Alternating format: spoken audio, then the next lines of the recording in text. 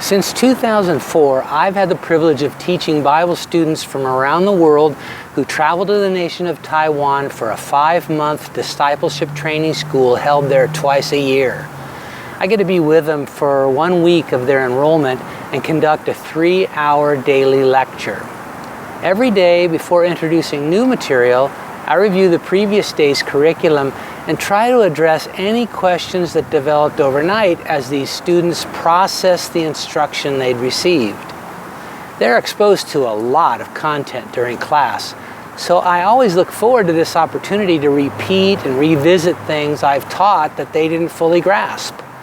But even then, I know there's only so much they'll be able to absorb.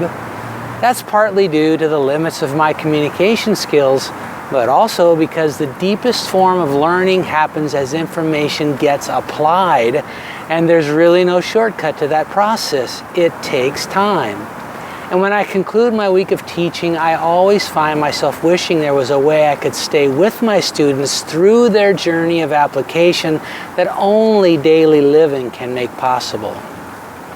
So I love what Jesus told the 12 about the process of their spiritual development in John 14:25-26.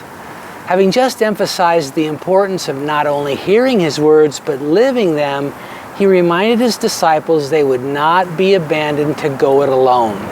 He reiterated his promise from verses 15 through 18 that the Father would send the Holy Spirit to remain with them, reinforce his instructions, and enable them to recall what they'd been taught as their lives provided the opportunity to apply his teaching. I believe you're listening to this because you want to be a faithful, diligent, and engaged student of the red ink, the color that many versions of the New Testament use to display the words of Jesus. But as you've probably already discovered, there's a lot of it. And I know it may seem a bit overwhelming. You may even be tempted to feel shame or embarrassment about what you perceive to be your slowness to absorb and grasp the Lord's instructions.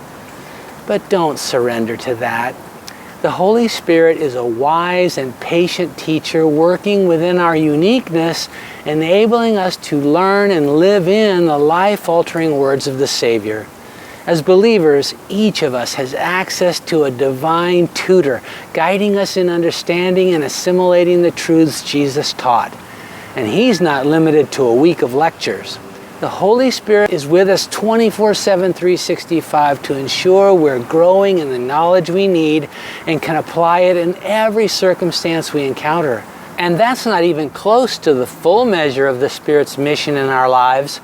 As we explore the next chapter of this gospel, we'll discover a much more expansive description of his role. But for now, let's choose to soak in with gratitude the light of this one aspect of his ministry to us. With grateful and responsive hearts, let's commit to being good students.